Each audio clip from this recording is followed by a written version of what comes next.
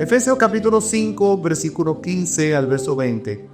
La Escritura dice: mirad pues con diligencia cómo andéis, no como necios, sino como sabios, aprovechando bien el tiempo, porque los días son malos. Mirad pues con diligencia cómo andéis, no como necios, sino como sabios, aprovechando bien el tiempo, porque los días son malos. Distinguir es conocer la diferencia que hay entre una cosa y otra. Yo puedo distinguir el material de este púlpito, yo puedo distinguir el material del piso, puedo distinguir el material de las luces, puedo distinguir el material de las paredes, y es importante aprender a distinguir. Cuando sabemos distinguir, podemos tomar lo que es amargo y separarlo de lo que es dulce. Cuando sabemos distinguir, podemos tomar lo que es bueno y lo separamos de lo que es malo.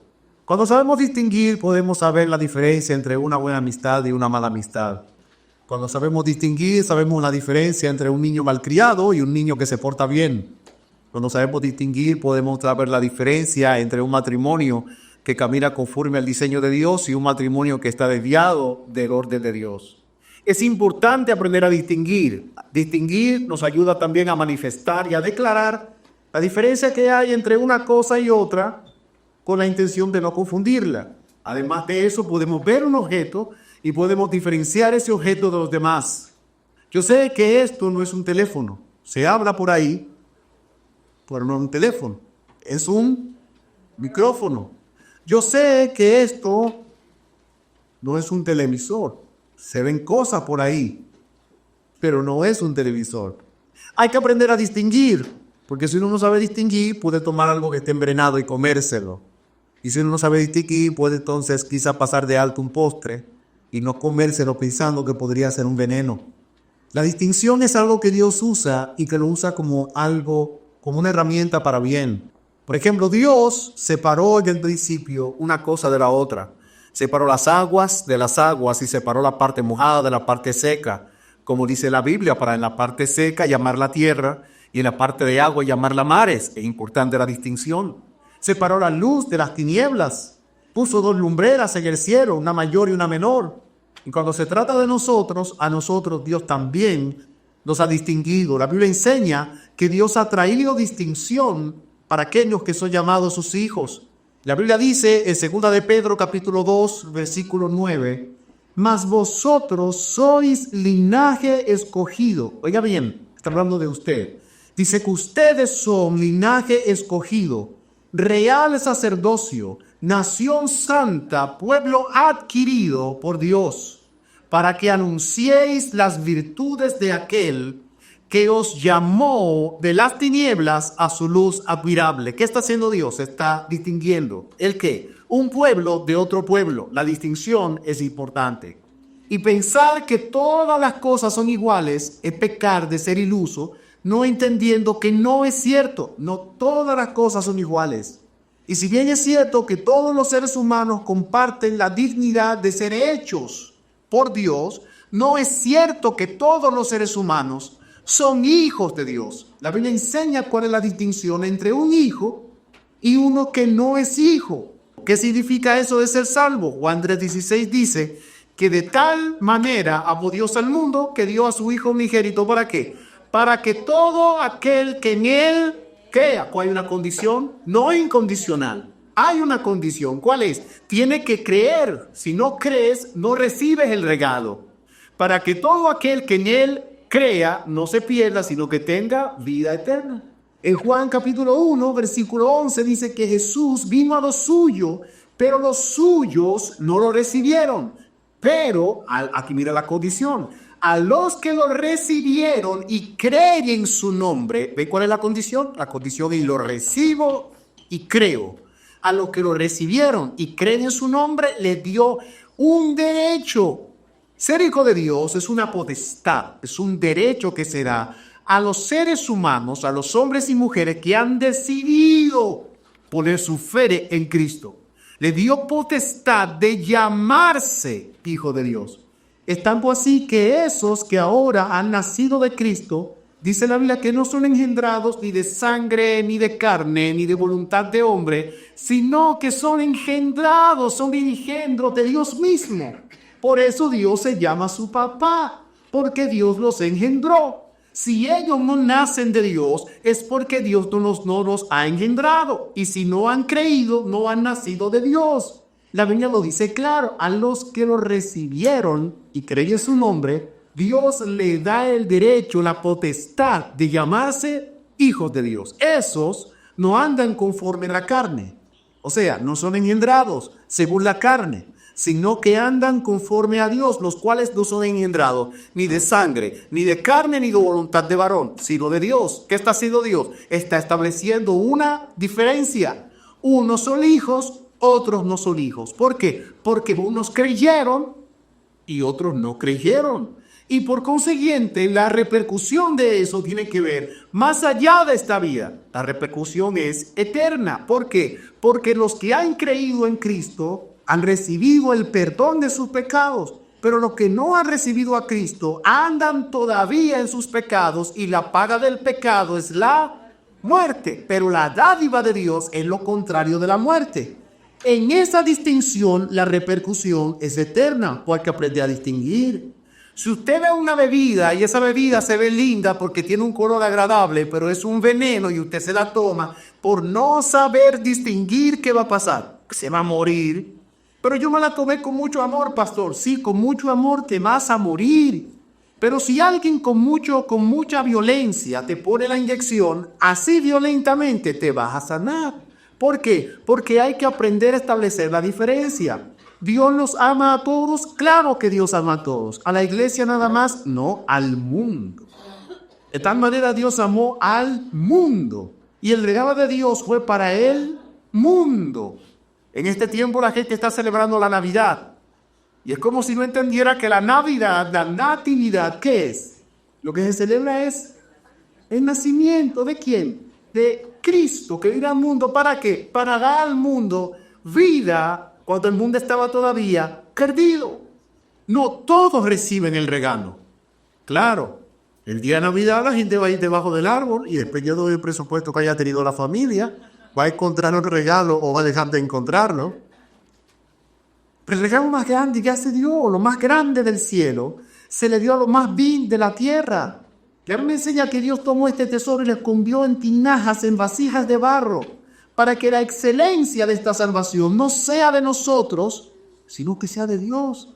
Dice que por gracia sois salvos, por la fe en Cristo. Y esto no es de ustedes. La salvación es un regalo de Dios. ¿Alguien puede decir amén? Dios nos distingue. Segunda de Pedro 2, verso 9. Dice en verso 9, mas vosotros sois linaje escogido, real sacerdocio, nación santa, pueblo adquirido por Dios, para que anunciéis las virtudes de aquel que os llamó de las tinieblas a su luz admirable. Miren todo lo que Dios nos distingue solamente en este versículo. Primero, Dios nos distingue del linaje. Antes no teníamos el linaje que ahora tenemos, porque antes no éramos hijos de Dios. No se dejen engañar y no se llamen engaño. No todo el mundo es hijo de Dios. Pastor, pero no nos creó Dios a todos, sí. Pero ya vimos cómo se llega a ser hijo de Dios. Ser hijo de Dios es un regalo que viene de Dios y que viene a aquellos que lo quieren. El que no lo quiere, no lo recibe. Porque el que lo quiere y lo sigue y lo busca. Cristo dice, mis ovejas oyen mi voz y me siguen. Las otras ovejas son ovejas, pero son de otro pastor. Porque cuando Cristo habla, no le hacen caso. Las otras ovejas están por ahí y están buscando desesperadamente dónde pastar, pero no encuentran aguas de reposo. Ahora, cuando Jehová es nuestro pastor, a nosotros nada nos faltará. ¿Por qué? Porque cuando Él es nuestro pastor, oímos su voz y le seguimos. ¿Y sabe lo que Él hace? Que porque ahora nos llama hijos, nos cambia el linaje.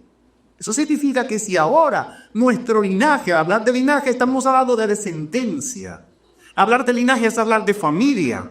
Entonces ahora nuestro linaje depende de nuestro padre.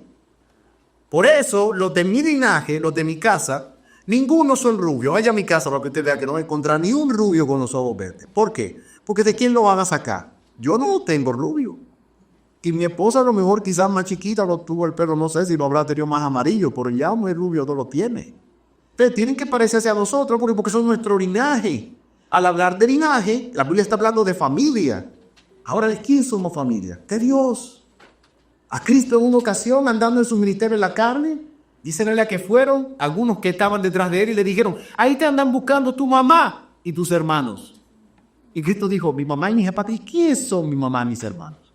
Mi mamá y mis hermanos, mi linaje, son los que hacen la voluntad de mi Padre. O sea, Jesús está diciendo, ni los que mi mamá parió son hermanos míos, si no hacen la voluntad de mi Padre. En otra parte, Cristo dice que el que no aborrece padre y madre por causa de mí, no es digno de mí.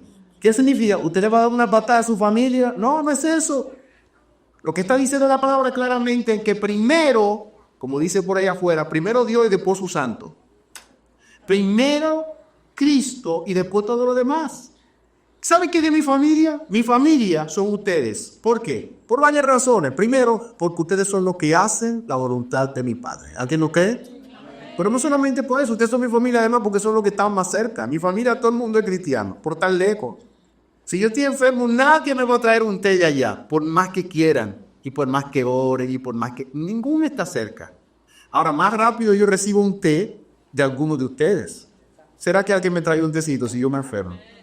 Ustedes son mi familia, que yo soy su familia. Y lo más interesante es que somos, además de eso, independientemente del lugar en el mundo, hablando de Cristo y de su reino, somos del mismo linaje. Dios nos apartó del mundo. Y ahora por eso, ¿usted cree que cuando usted le dice a la persona que está al lado suyo, hermano, hermana, antes de su nombre, ¿usted cree que eso es algo que Dios lo toma ligero? No.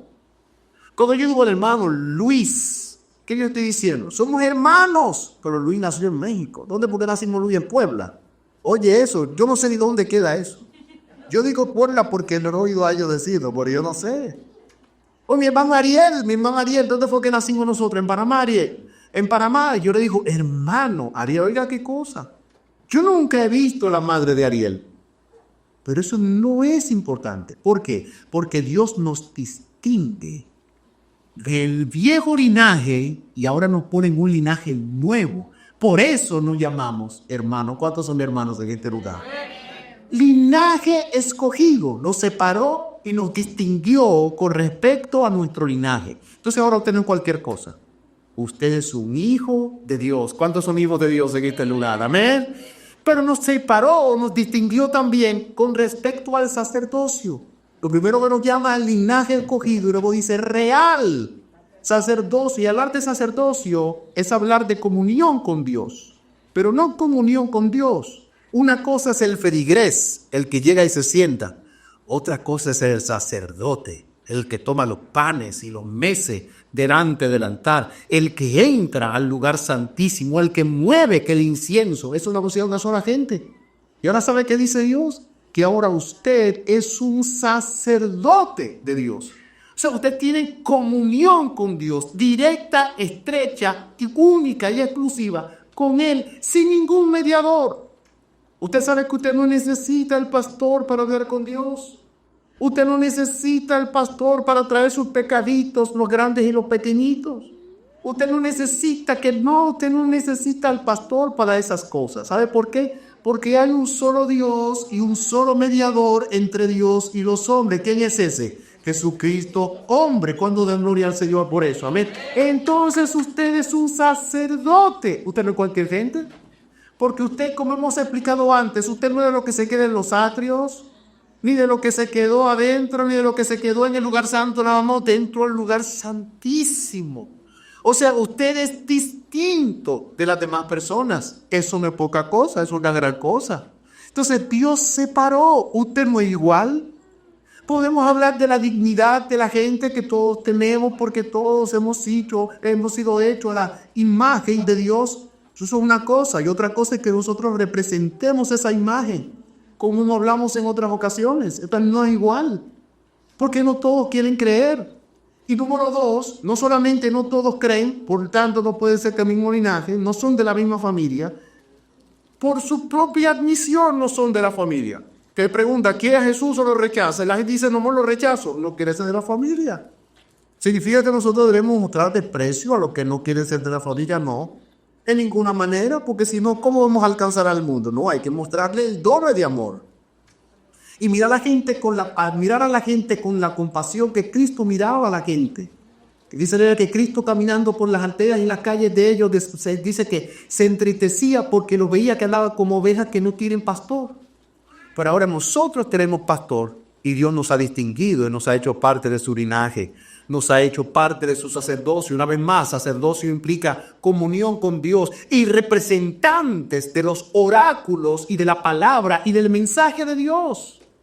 O sea, usted, por ser parte de la familia de Dios, usted es un representante de lo que Dios dice. Eso no es poca cosa. ¿Sabe cómo le llama la Biblia a la iglesia? Le llama el cuerpo de Cristo. En otras palabras, Cristo no camina en la tierra. Usted sabía eso, ¿verdad? Cristo hace 2000 años que no está caminando por aquí. Pero ¿sabe quién anda? Usted anda. Y cuando usted llega, Cristo llegó. ¿Por qué? Porque usted es su cuerpo. A ver si se entiende. O sea, donde llega el cuerpo, llegó la cabeza. Entonces, donde llega la iglesia, si la cabeza es Cristo y la iglesia es el cuerpo, ¿quién llegó donde llega la iglesia? Pues llegó Cristo.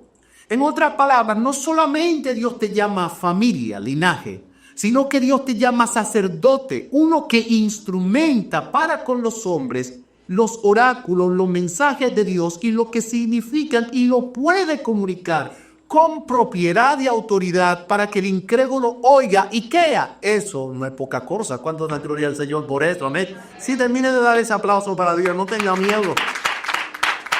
Dios te ha distinguido, además llamándote nación santa. La nación santa habla de identidad nacional. Una vez más, me remonta a lo que decía en principio. Somos de diferentes lugares, pero la Biblia dice que siendo muchos, somos un cuerpo en Cristo. No somos muchos cuerpos, es un cuerpo de Cristo.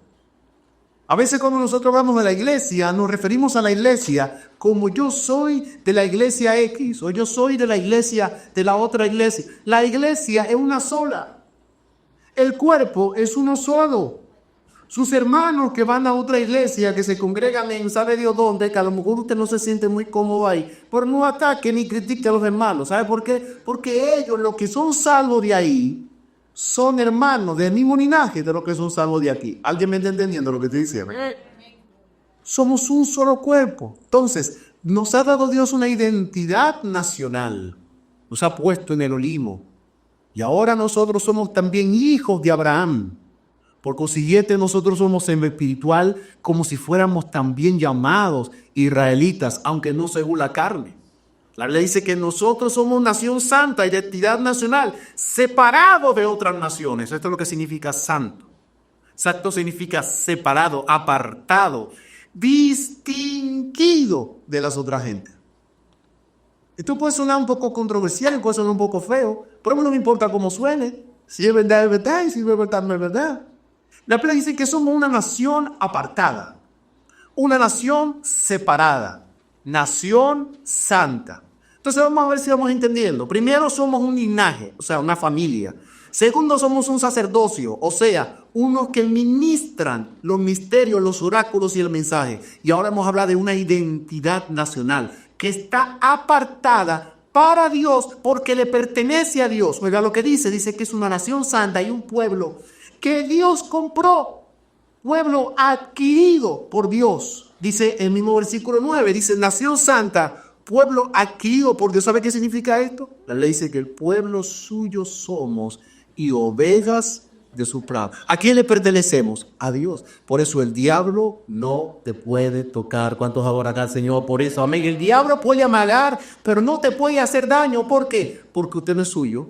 La ley dice, ustedes no son vuestros. ¿A quién le pertenecen? A Dios.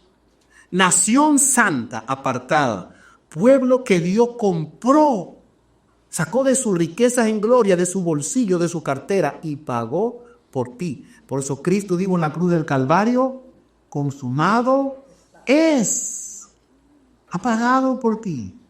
Si usted llora de amargura, de que porque la familia está lejos de esta Navidad, o usted llora de melancolía porque antes yo tenía tales platos y ahora no tengo, O usted llora porque aquí ya no tocan la musiquita que antes te hacía mover los piecitos allá en la otra nación donde usted estaba. Usted no entiende de qué es usted, quién es usted y para qué Dios lo tiene en este sitio. Usted es de la familia de Dios. Es un sacerdote de Dios. Usted ha sido llamado una nación de Dios. Ha sido llamado un pueblo de Dios y va hecho con un propósito. Diga conmigo propósito. Anunciar las cosas buenas que Dios hace. Dice que Dios ha hecho todo esto con este propósito. Anunciar las virtudes de aquel que nos llamó de donde estábamos antes, donde no teníamos ni linaje, ni teníamos propósito, y éramos nación santa, ni pueblo adquirido. Dios nos sacó de las tinieblas y ¿a dónde nos llevó ahora? A su luz admirable. Usted no se puede quedar callado, porque para eso fue que te trajeron. Eso es lo que está diciendo aquí. Dice, ¿para qué? Dice para anunciar las virtudes, todo lo bueno, todo lo perfecto, todo lo armónico que de allí viene, para anunciar las virtudes no suyas. Usted no tiene mucha cosa virtuosa a lo mejor que decir, pero no se trata de usted. Anunciar las virtudes de aquel que nos llamó. Mis ovejas oyen mi voz y me siguen. Todo el que está aquí ha oído la voz y lo ha seguido. Y por cuanto usted lo ha seguido, cuando Él le llamó y te apartó para ser un linaje, para ser un sacerdote, para ser una nación, para ser un pueblo, Dios te ha impuesto ese propósito. ¿Cuál? Que anuncie las verdades, las virtudes de aquel que te llamó de las tinieblas a su luz admirable. Si usted no está anunciando las virtudes de aquel que te llama linaje, y que te llama sacerdote, y que te llama nación, y que te llama pueblo, con ese propósito, usted no ha entendido para qué Dios lo separó. Lo primero es que Dios está en el negocio de la separación. Que las cosas no pueden crecer juntas y quedarse todo el tiempo en el mismo lugar. El trigo y la cizaña crecen juntos, pero al final toda es cortada y la cizaña es echada en el fuego donde arderá para siempre, y el trigo entonces es cortado y es separado. Dios está en el negocio de la separación. ¿Por qué? Porque Dios no puede tener por inocente al culpable, y porque el hombre no puede servir a dos señores. Este concepto de la separación es algo que Dios enseña. Y verso 10 dice, vosotros que en otro tiempo no erais pueblo, pero que ahora sois pueblo de Dios. Segunda de Pedro 2, versículo 10. Oiga bien, vosotros que en otro tiempo, mire cómo Dios está separando pasado del presente. En otro tiempo no erais pueblo, pero ahora, diga conmigo, pero ahora sois pueblo de Dios. ¿Cuántos son pueblo de Dios aquí? Pues en otro tiempo no. Usted, todos los que estamos aquí, podemos testificar de que no somos la misma gente que en otro tiempo. Si yo me voy aquí asiento por asiento, todos podemos testificar de cómo nuestro obrar, nuestro andar, nuestro caminar, nuestro mirar, nuestro actuar, en muchas cosas no es igual que antes. Y a veces nos preguntamos, ¿por qué ha cambiado? Porque ese era otro tiempo. Usted no era familia, usted era un extraño, usted no era ni vecino de Dios. Por eso le huía a Dios, es normal. Le huía a Dios. Usted tenía distancia con Dios, ya no. Antes no había comodidad en Dios, ahora sí. Ahora usted oye la voz y lo sigue. ¿Por qué? Porque vosotros que en otro tiempo no eran ni primo segundo de Dios. A propósito, Dios no tiene sobrino, ni tiene nietos. Dios no funciona como una fe prestada. Mis hijos no van a llegar ciegos agarrados de una pierna. Ellos tienen que desarrollar su propia fe que Dios le dio a ellos. Y los hijos suyos no van a llegar al cielo de que porque ellos son de la promesa. No, espera, si ellos saben separar lo bueno de lo malo, cada uno tiene que creer, porque el alma que pecare, esa morirá.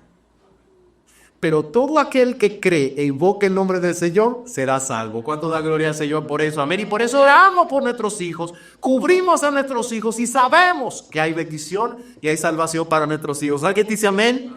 Vosotros que en otro tiempo no eran nada, no erais pueblo, pero que ahora sois pueblo, que en otro tiempo no habíais alcanzado misericordia, estaban bajo ira, pero ahora habéis alcanzado misericordia. ¿Verdad que Dios ha sido bueno? ¿Usted cree que Dios ha sido bueno? Este concepto de la distinción entonces está presente en todas las Escrituras, pero de manera muy especial el mensaje de Cristo y de los apóstoles en el Nuevo Pacto. Por ejemplo, es Cristo que habla acerca del trigo y la paja. Mateo capítulo 3, versículo 12 dice: a su aventador está en su mano y limpiará su era y recogerá su trigo en el granero y quemará la paja en el fuego que no se apagará, que nunca se apagará. ¿Hay separación? ¿No es lo mismo el trigo y la paja? Están juntos, pero no es lo mismo. Todo el mundo está caminando en esta tierra, pero no es igual. ¿Y quién establece la diferencia? Nosotros, no nosotros, Cristo. Dios separa las ovejas de los lobos. He aquí, yo os envío como a ovejas en medio de lobos. Como muchas veces me gusta decirle, manso, pero no menso. Si el impío viene, tampoco lo vamos a dejar que haga corona sobre nuestra cabeza. Tampoco es que estamos tan así. También tenemos televisión y tenemos internet, ¿verdad? O sea, no es que estamos tocados del cerebro. Predistinción, ovejas y lobos, luz y tinieblas. La Biblia habla en Juan capítulo 1, verso 5, dice, la luz en las tinieblas, ahora sí, la luz en las tinieblas resplandece y las tinieblas no prevalecieron contra ella. En otra parte dice que las tinieblas no entendieron a la luz. Hay dos reinos entonces, hay dos naciones, hay dos linajes. Hay dos maneras de ver al mundo. Hay dos maneras de relacionarse con Dios o de no relacionarse con Dios. Y desde luego hay dos destinos. El Señor presenta la vida y presenta la muerte. Y esa diferencia es establecida por el mismo Jesús que la gente celebra en este tiempo, lo del cual conoce muy poco. Porque lo único que conoce es una fe prestada, cultural, pero no de una relación con Dios. La gente se define como parte de una nación cristiana, pero no entiende del cristianismo, entiende muy poco. La Biblia habla de estos dos reinos. Vaya conmigo a Colosenses capítulo 1, versículo 12. La Biblia dice, con gozo dando gracias al Padre que nos hizo aptos, oiga bien, para participar de la herencia de los santos en luz. ¿Por qué usted toca de la herencia? ¿Por qué le toca a usted la herencia? Porque usted es del linaje. Si usted no es del linaje, si no es hijo, a usted no le toca la herencia. ¿Se entiende? Pero a usted le toca la herencia porque Dios le ha dado un poder. Le ha hecho apto para recibir la herencia. ¿De cuál? De la herencia de los santos en luz, los apartados, santos, separados en luz, el cual, dice la Biblia, nos ha librado de la potestad de las tinieblas. ¿Dónde estábamos antes? En las tinieblas. ¿Cuándo? En otro tiempo, cuando no éramos linaje, cuando no éramos pueblo adquirido. Pero ahora, una vez más, dice el verso 13, el cual nos ha librado de la potestad de las tinieblas y nos ha mudado, nos ha trasladado al reino de su amado Hijo, en quien tenemos redención. O sea, nos ha comprado por su sangre el perdón de los pecados. Hay dos reinos. Y no se puede estar sin reino. Todo el mundo pertenece a un reino. Lo que pasa es que hay gente que lo sabe y hay gente que no lo sabe. Antes éramos parte del reino de las tinieblas, pero ahora estamos en el reino de la luz. Antes pertenecíamos a un reino de oscuridad que tiene su rey. Cristo le llama el príncipe de este mundo. Y el que no anda en la luz, anda en las tinieblas y por consiguiente está bajo la autoridad de ese reino. Pero ahora los que están en Cristo, a ese pueblo que anduvo en tinieblas, dice David, el pueblo que anduvo en tinieblas vio gran luz. ¿Cuándo le ha amanecido la luz de Cristo en esta tarde? Denle un aplauso a Cristo, amén. Si usted le ha amanecido esa luz. Ahora estamos en el reino de la luz, donde está Cristo. La semana pasada leíamos de Santiago 1:17, la Biblia dice que toda buena dádiva y todo don perfecto desciende. ¿De dónde? De lo alto, del Padre de las luces, en que no hay mudanza ni sombra de variación. Dígame si Dios es bueno o no es bueno. Usted no tenía parte de nada, porque no era del linaje, porque no era de la familia, pero porque usted creyó, confesó con su boca y no le importó lo que alguien pudiera decir y puso a Cristo primero. La Biblia dice que si ponemos a Dios primero, buscad primero el reino, no de las tinieblas. Dios nos trasladó de la potestad de las tinieblas al reino de su amado Hijo, en luz inaccesible. Y es grande la esperanza que nos toca. Y no solamente lo que tenemos aquí, sino cuando partamos de esta vida, la vida eterna. Por eso dice la Biblia que las cuerdas nos cayeron en lugares deleitosos. Y es hermosa la heredad que me ha tocado. El que no está en el Hijo no tiene heredad. Pero nosotros tenemos herencia en Cristo Jesús. ¿Alguien dice amén? Toda buena dádiva y todo don perfecto viene de la luz. Efesios capítulo 5, versículo 8. Oiga lo que dice. Verso 8 dice, porque en otro tiempo erais tinieblas, mas ahora soy luz en el Señor. Andad como hijos de Dios. Esa es la diferencia. Estas son las diferencias que quedan establecidas. ¿Y quién establece esa diferencia? ¿Tener a Cristo o no tenerlo? ¿Cuántos tienen a Cristo en este día? Primera de Juan capítulo 5, versículo 12 al 13. Nos enseña de dónde viene esa diferencia. Es del Cristo de la Navidad. El que por quien la gente canta villancico y I wish you a Merry Christmas y todas esas cosas. Es de ahí que viene la diferencia. Primera de Juan capítulo 5, versículo 12 dice, el que tiene, aquí da la diferencia. Aquí es donde se establece la diferencia. ¿En qué? El que lo tiene y el que no lo tiene. No el que ha oído y el que no ha oído.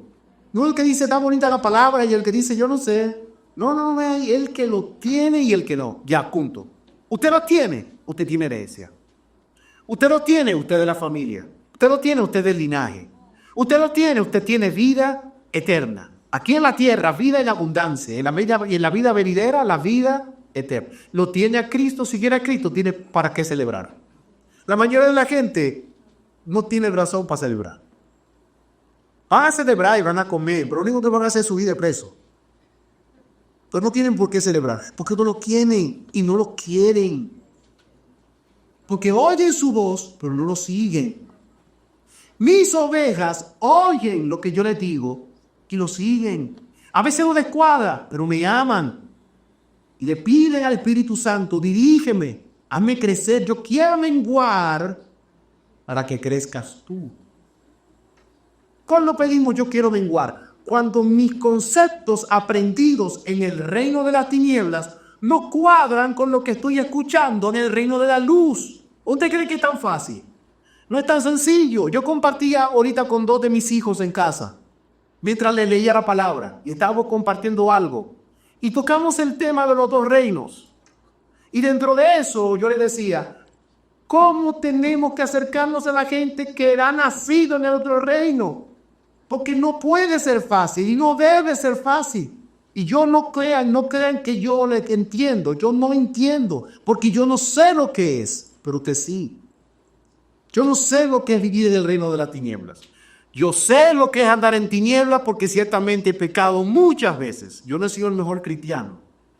Tampoco es que andaba en la calle haciendo alguna que otra cosa, pero tampoco es el mejor.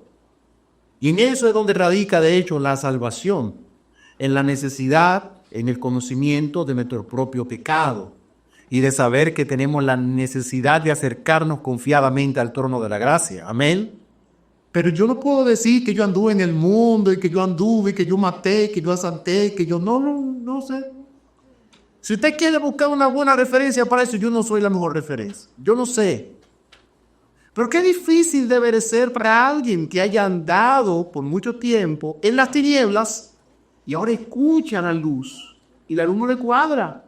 Sobre todo cuando yo prendo la televisión y la noticia donde me predican es tiniebla. Y pongo el show y lo que me hablan es de tiniebla, de una forma de vida que no es la que a Dios agrada. De ideales que no son lo que a Dios agrada. Filosofías que van en contra de la palabra de Dios. Tiene que ser difícil, porque este mundo está comandado por el príncipe de las tinieblas, dice Jesús. Entonces salirse de las tinieblas es un reto que no lo hace todo el mundo, lo asumen los valientes. Por eso el reino de los cielos sufre violencia y solamente los violentos la arrebatan, ¿se entiende? Porque hay que pelear con las tinieblas para mudarse de ahí, para venir a la luz. No es fácil. Entonces cuando viene a la luz, escucho cosas que suenan bien y hacen sentido, pero no van acorde con todo lo que yo he aprendido a vivir en esta vida conforme al reino en el que estaba antes. Lo primero es reconocer que donde yo estuve antes, en otro tiempo, era un reino. Y ese reino es el de las tinieblas. Y el príncipe es el diablo. Pero ahora he sido, por su gracia, trasladado a otro reino. Ese reino es de la luz y su príncipe es Cristo. Cuando da gloria a su nombre. Amén. Entonces ese reino, si termina de dar ese aplauso, no sean tímidos. Entonces el reino te va a costar. Por eso Jesús dice en la puerta estrecha, es estrecha. Ancha es la puerta y espacioso el camino que lleva al infierno, a la perdición. Y dice, y mucha gente entra por ahí. Pero estrecha es la puerta y angosto el camino que lleva a la salvación. Y pocos son los que le cuentan. Ni le encuentran siquiera. Entonces la Escritura habla de que en Cristo está la separación. Una vez más, Primera de Juan capítulo 5 dice, verso 12, el que tiene al Hijo tiene la vida. Por consiguiente, el que no lo tiene, ¿qué pasa? No tiene la vida, está muerto.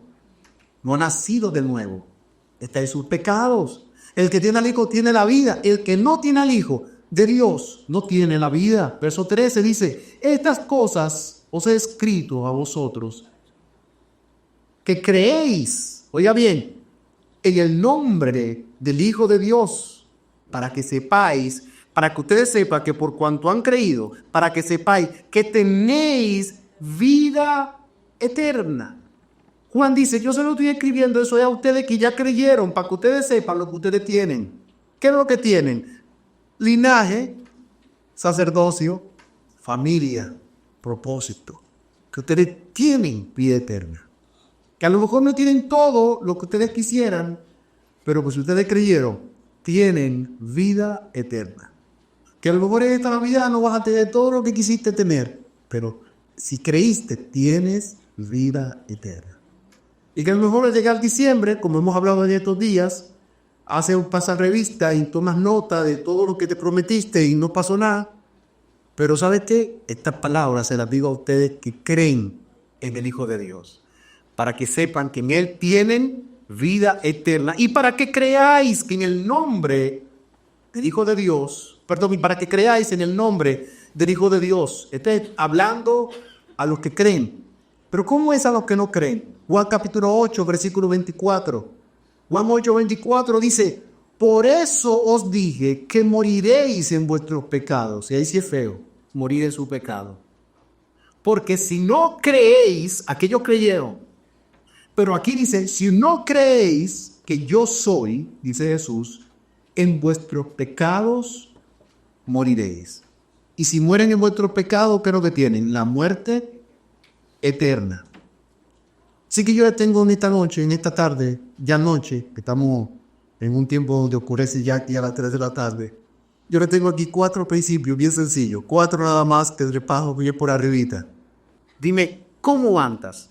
Y te voy a decir a qué reino tú le sirves. Número 1, que yo le enseñé aquí, si ahora nosotros somos linaje, somos de la familia, ya no andamos en las tinieblas, sino que andamos en la luz.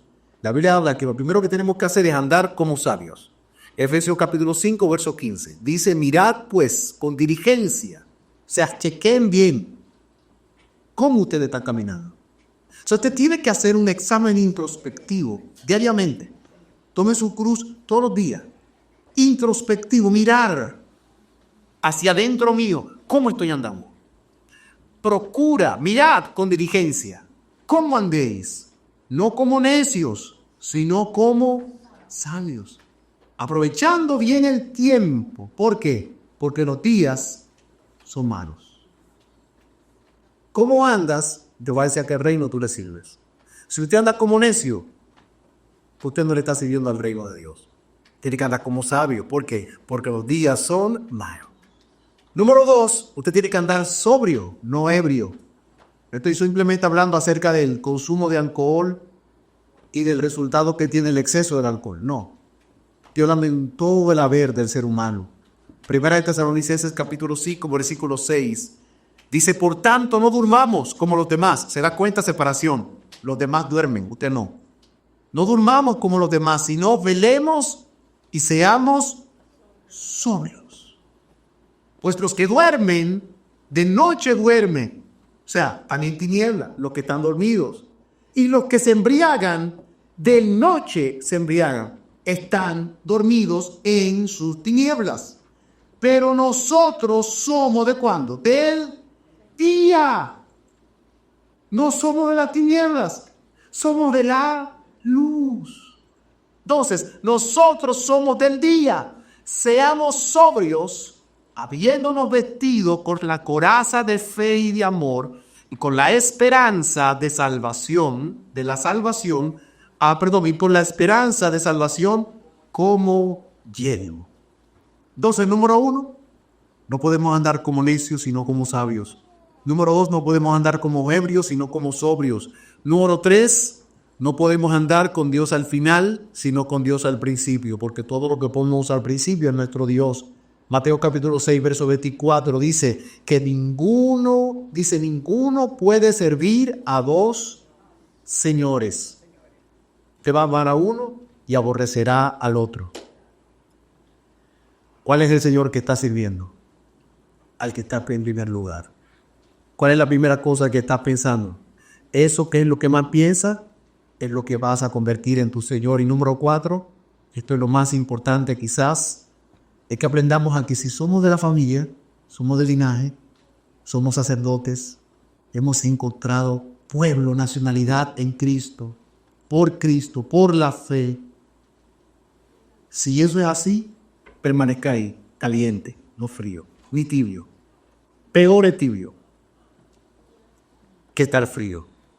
Si usted puso su mano en el arado y ha decidido seguir a Cristo, ¿cómo era que decía la canción? Lo vuelvo atrás. Apocalipsis capítulo 3, versículo 15. Dice el Señor, hablando a la iglesia de la Odisea, dice, y yo conozco tus obras, que ni eres frío, ni eres caliente. Ahí entre dos. Me gusta la iglesia, yo voy. Es chévere. Pero nada más allá adentro, en las cuatro paredes, de que uno sale de afuera, ya uno pregunta por Juanito, por Juancita, y dice, ¿pero quién es esa? No, eso es pastor, si usted supiera. No es que le vas a caer bien a todo el mundo.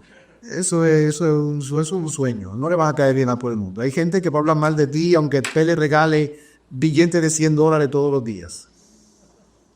Eso va a pasar. Pero usted tiene que saber cómo anda. No como necio, sino como sabio.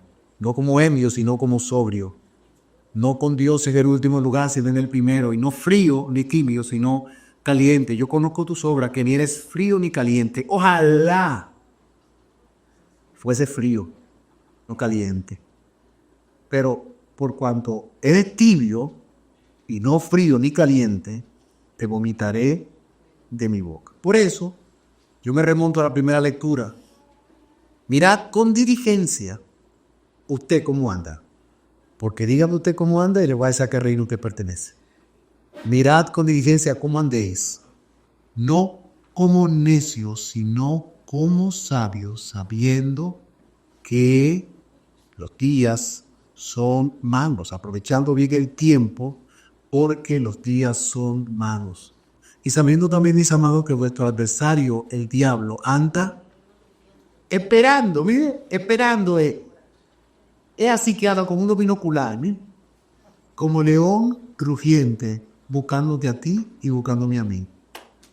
Pero el diablo no nos puede tocar porque nuestra vida está escondida en Cristo. Cuando dan fuerte un aplauso al Señor, amén. Yo voy a decir que se me coge ese aplauso que no era al Señor. Póngase digno esta tarde, gloria a Jesús. Aleluya. Dios es bueno y para siempre es su misericordia. ¿Cuántos se gozan en la casa del Señor? Amén. Hay como 3 altos. ¿Cuántos se gozan en el Señor? Aleluya, damos gloria al Señor, amén, porque vienen buenos días, amén. Los días son malos, pero cuando estamos en Cristo, no andamos bajo la potestad de las tinieblas, sino que andamos bajo la potestad de la luz del Hijo de Dios, amén. Y no tenemos miedo. No tenemos miedo de malas noticias, porque sabemos que el Señor cuida de nosotros como la niña Jesús, si nos esconde debajo de sus alas. Amén. Y cuando estamos cubiertos por Cristo, el diablo no lo puede tocar. Hablaba con los niños y le decía: usted ven, a la gente buena le pasan cosas malas. Y también le llegan malas noticias. Lo que nosotros no tenemos es miedo a las malas noticias, porque en medio del dolor sabemos que somos del linaje. En medio de la situación sabemos que somos de la familia, que nuestro Padre es Dios, que nos mudó de la tiniebla a la luz. Él nos mudó. Nosotros no teníamos la capacidad de mudarnos, pero el Espíritu Santo nos atrajo a Él. Y Cristo dice: el que a mí viene, yo no le echo fuera. ¿Qué va a pensar el Señor? Yo he hecho tantas cosas malas. Ese es el pensamiento de muchos de nosotros allá afuera, quizá, ¿verdad? ¿Cómo me va a recibir el Señor a mí? Bueno, precisamente, el Señor no vino a buscar lo que estaba sano. Él vino a rescatar lo que se había perdido. Mirad con diligencia cómo andéis. ¿Cómo vamos nosotros a escapar, a menospreciar un regalo tan grande, una salvación tan grande? Esta temporada se trata de eso, de regalos, de pasarla bien con la familia, de tú me das y yo te doy, de los angelitos, los Secret Santa, como dicen allá afuera, ¿verdad? Que yo te doy un regalo de $100, tú me devuelves uno de 15, pero no importa, como quiera te dan y te abrazo. Ustedes se ríen porque era pasado. No se trata del regalo, ¿verdad? Pero el regalo más grande, ya Dios lo dio. Y es Cristo, y en Cristo estamos completos. No nos falta nada. No necesitamos más nada. Todo lo demás es añadidura. Si tenemos, amén. Si no tenemos, amén. Sea que vivamos o que muramos, somos del Señor. Amén. Levante su mano al cielo. Padre, te damos gracias por tu regalo. Gracias por el regalo de la salvación a través de tu Hijo Jesucristo. Y gracias, Dios mío, por hacernos parte de tu familia, por llamarnos hijos de Dios. Qué milagro tan grande, que nosotros siendo malos, aún siendo malos, Cristo murió por nosotros, vino a la tierra, no escatimó ser igual a Dios como cosa a que aferrarse, y tomó la forma de siervo y entregó su vida por la salvación de muchos, para que ahora los que no éramos familia, seamos familia, los que no éramos pueblo, seamos pueblo, los que estamos en tinieblas, tengamos luz, los que estábamos perdidos, tengamos salvación. Amén. Te damos gracias, Señor Dios mío. No tenemos con qué pagarte, no tenemos cómo agradecerte. Lo único que podemos hacer es entregarte nuestra vida, en nuestros corazones, para agradarte. Queremos menguar para que tú crezcas. Que sea cada día menos de mí y cada día más de ti. Para la gloria y la honra de tu nombre, te damos gracias. Amén y amén. Démonos un aplauso al Señor, amor, poder de Dios.